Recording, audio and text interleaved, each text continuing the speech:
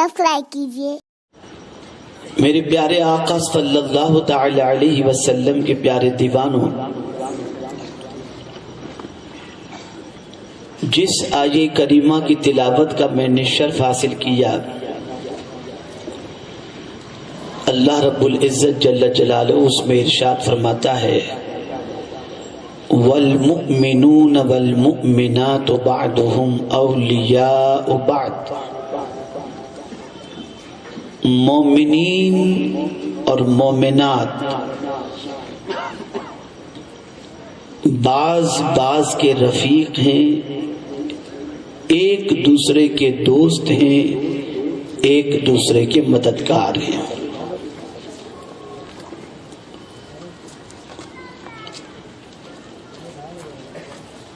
تو مومن کی یہ صفت بیان کی جا رہی ہے کہ مومن کے سینے میں مومن کے لیے دوستی ہوگی۔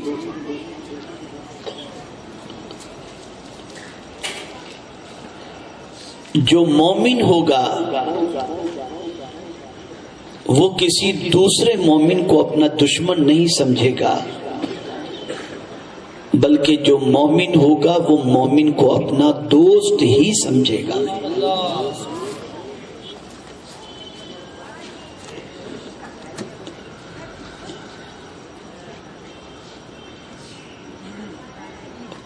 مومن کا دل مومن کے لیے بڑا صاف ہوتا ہے۔ مومن کے دل میں دوسرے مومن کے لیے جگہ ہوتی ہے۔ مومن اپنے دوسرے مومن بھائی کا بھلا چاہتا ہے، بلکہ قرآن مقدس کی روشنی میں اللہ نے مومنین کو ایک دوسرے کا بھائی بھی قرار دیا۔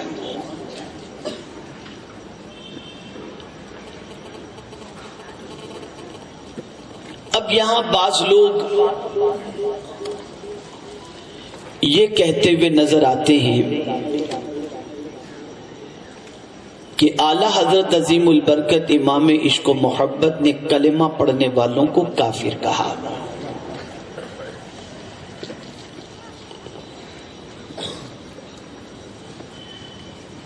تو قرآن تو یہ کہتا ہے کہ مومن مومن دوست ہے، انہوں نے پھر کلمہ پڑھنے والوں کو کافر کیوں کہا؟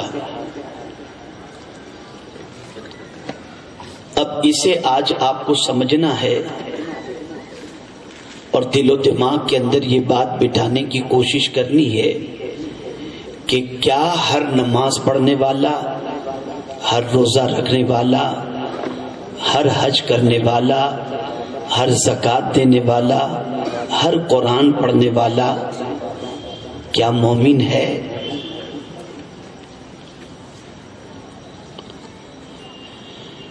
تو میں آپ کو بتاؤں کہ اعلیٰ حضرت عظیم البرکت امام عشق و محبت نے کسی مومن کو کافر کہا ہی نہیں۔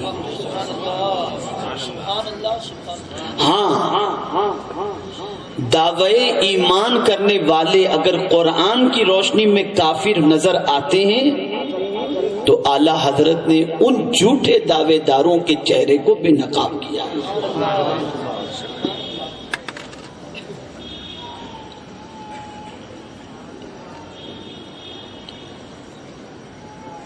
اب قرآن مقدس اٹھا کر کے دیکھیں،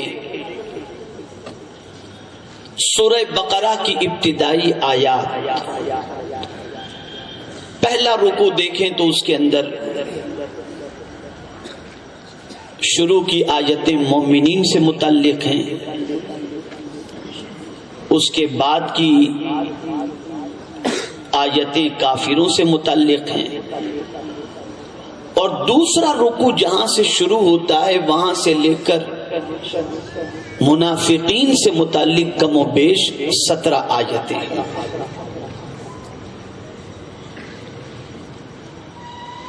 پہلے یہ سمجھیں کہ منافق کسے کہتے ہیں۔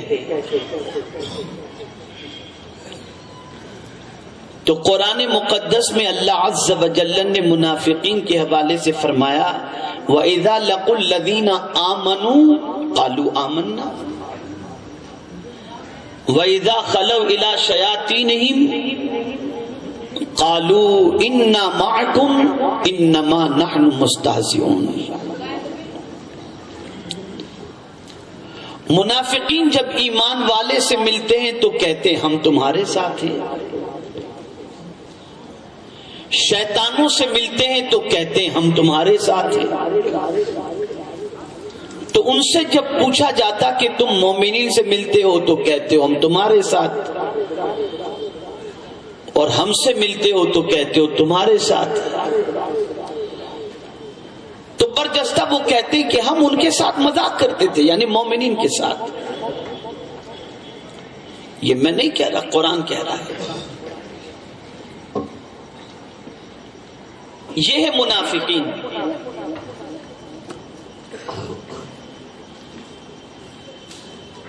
ایمان والوں سے ملیں تو کہیں ہم تمہارے ساتھ، بے ایمانوں سے ملیں تو کہیں ہم تمہارے ساتھ.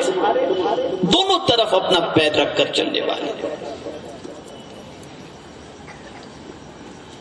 اب جو اس قسم کے لوگ ہیں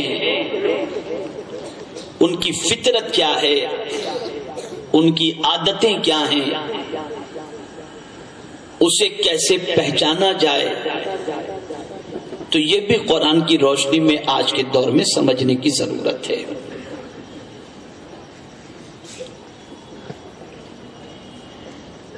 قرآن مقدس میں اللہ عز و جل نے منافقین کے تذکرے کا آغاز فرمایا تو اس طریقے سے وَمِنَ النَّاسِ مَن يَقُولُ آمَنَّا بِاللَّهِ وَبِالْيَوْمِ الْآخِرِ وَمَا هُمْ بِمُؤْمِنِينَ. بعض لوگ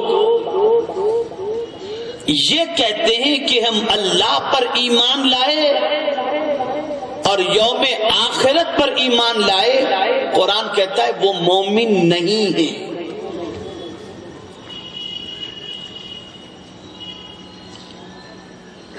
وہ یہ نہیں کہتے کہ ہم اللہ کو رب نہیں مانتے، وہ یہ نہیں کہتے کہ ہم یوم آخرت پر ایمان نہیں لاتے. وہ تسلیم کرتے ہیں، ایمان لاتے ہیں اور کہتے ہیں کہ آمنا باللہ وبالیوم الآخر، ہم اللہ پر بھی ایمان لائے اور یوم آخرت پر بھی ایمان لائے. لیکن ان کے کہنے پر اللہ ان کے اوپر ایمان کی مہر نہیں لگاتا، بلکہ اللہ ان کے ایمان کی نفی خود فرماتا ہے. وہ خالق کہتا ہے وما ہم بمؤمنین، وہ مومن نہیں ہے.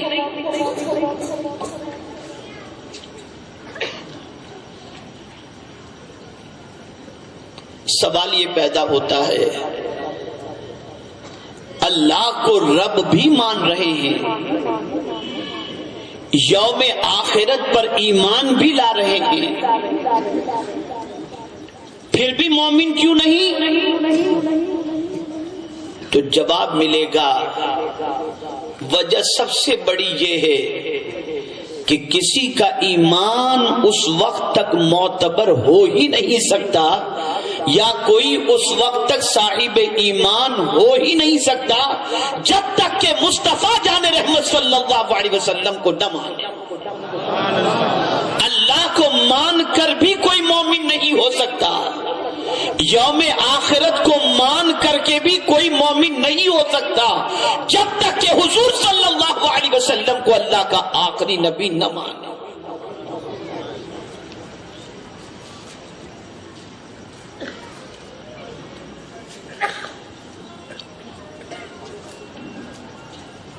تو اب دوسری جگہ منافقین کا تذکرہ حضور صلی اللہ علیہ وسلم سے متعلق یہ ملتا ہے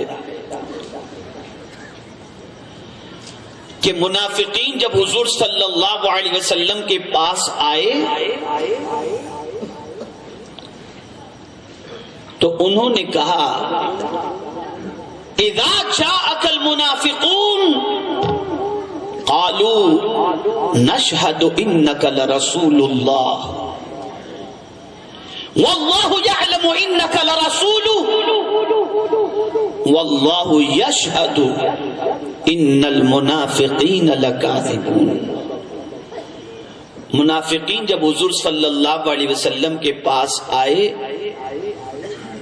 تو انہوں نے کہا کہ ہم گواہی دیتے ہیں کہ آپ اللہ کے رسول ہیں. توجہ چاہوں گا، پہلی آیت جو میں نے تلاوت کی اس میں سرکار صلی اللہ علیہ وسلم کے نہ ماننے کا ذکر تھا، یعنی صرف اللہ اور یوم آخرت پر ایمان کا ذکر تھا. قرآن نے ان کو مومنین نہیں ہے، ان کا ایمان قبول نہ کیا اور ان کو بے ایمان ڈکلیئر کر دیا. اب یہاں اس آیے کریمہ کے اندر منافقین حضور سے یہ کہتے ہیں کہ ہم گواہی دیتے ہیں کہ آپ اللہ کے رسول ہیں.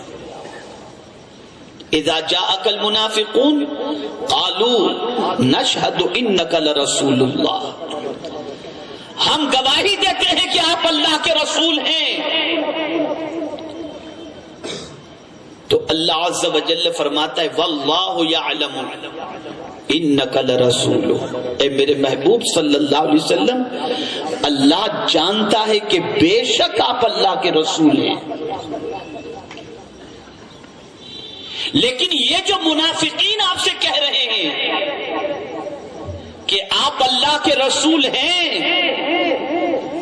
یہ زبان سے تو کہہ رہے ہیں لیکن دل میں آپ کے لیے ان کے دل کے اندر گنجائش نہیں ہے، وہ دل سے آپ کو اللہ کا رسول نہیں مانتے.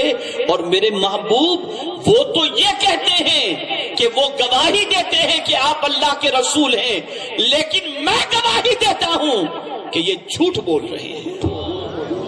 واللہ یشہد انک واللہ یعلم انک لرسول واللہ یشہد اذا جاءک المنافقون قالوا نشہد انک لرسول اللہ واللہ یعلم انک لرسول واللہ یشہد ان المنافقین لکاذبون. اللہ گواہی دیتا ہے کہ بے شک منافقین جھوٹ بول رہے ہیں. سوال یہ پیدا ہوتا ہے، منافقین حضور صلی اللہ علیہ وسلم کو اللہ کا رسول ہونے کے سلسلے میں گواہی دیتے ہیں، لیکن میرا رب ان کی گواہی کو بھی قبول نہیں کر رہا اور فرماتا ہے کہ ان المنافقین لکاذبون، بے شک منافقین جھوٹ بول رہے ہیں. اے میرے پروردگار، تو علیم بذات الصدور ہے. اب یہ گواہی دیتے ہیں اور تو ان کی گواہی کو رد کر رہا ہے، تو ذرا مولا یہ تو بتا کہ ان کی گواہی کو رد کرنے کی وجہ کیا ہے. تو قرآن کہتا ہے فی قلوبہم مرض، ان کے دل میں مرض ہے. ان کے دل میں کیا ہے؟ بیماری. اور یہ بات یاد رکھنا، منافقین کے دل کے اندر آقا کریم صلی اللہ علیہ وسلم کی محبت ہوتی ہی نہیں ہے، ان کے دل میں مرض ہوتا ہے، ان کے دل میں کھوٹ ہوتی ہے. اب ظاہر سی بات ہے یہ دل کا مرض سمجھ میں کیسے آئے کہ ان کے دل میں کھوٹ ہے اور ان کے دل میں مرض ہے. تو میں آپ کو ایک واقعے کے ذریعے انشاءاللہ سمجھاؤں گا تو یہ بات بھی سمجھ میں آ جائے گی اور امام عشق و محبت کا مسلک اور ان کا طریقہ اور ان کی تعلیمات بھی آپ کی سمجھ میں آ جائے گی. میرے پیارے آقا صلی اللہ تعالی علیہ وسلم کے پیارے دیوانوں، منافقین کو سب سے بڑی پریشانی کسی اور چیز سے نہیں ہوتی، ان کو پریشانی ہوتی ہے تو صرف آقا کریم صلی اللہ علیہ وسلم کی ذات سے متعلق ان کے دل میں کھوٹ ہے، ان کے دل میں بغض ہے، ان کے دل کے اندر کمی ہے، ان کے دل میں کجی ہے.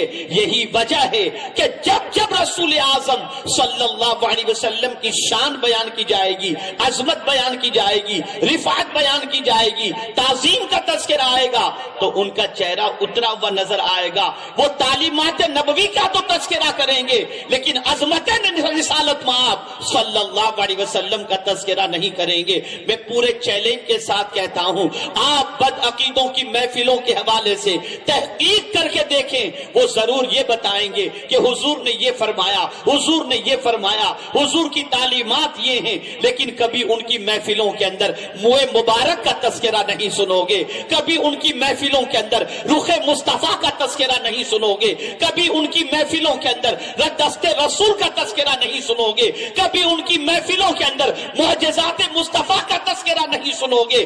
کیوں نہیں سنو گے؟ اس لیے کہ قرآن مقدس نے ان کی اور یہود کی کیفیت کو اجاگر کر دیا. جو یہود کی پالیسی ہے وہی سعود کی پالیسی ہے، جو یہودی کا طرز فکر ہے وہی وہابی کی طرز فکر ہے. آپ دیکھیں قرآن کہتا ہے وَلَا تَلْبِسُوا الْحَقَّ بِالْبَاطِلِ وَتَكْتُمُوا الْحَقَّ وَأَنْتُمْ تَعْلَمُونَ. حق اور باطل کو نہ ملاؤ اور حق کو نہ چھپاؤ جو تم جانتے ہو.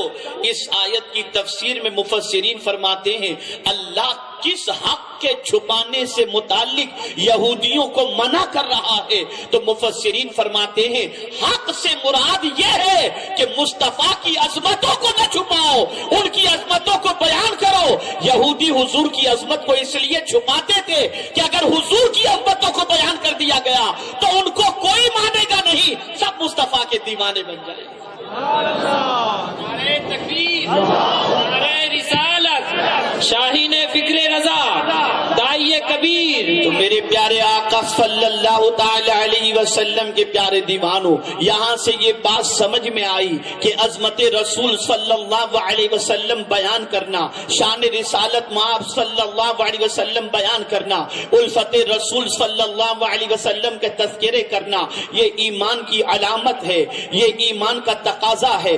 ہماری ویڈیو کو لائک شیئر ضرور کریے.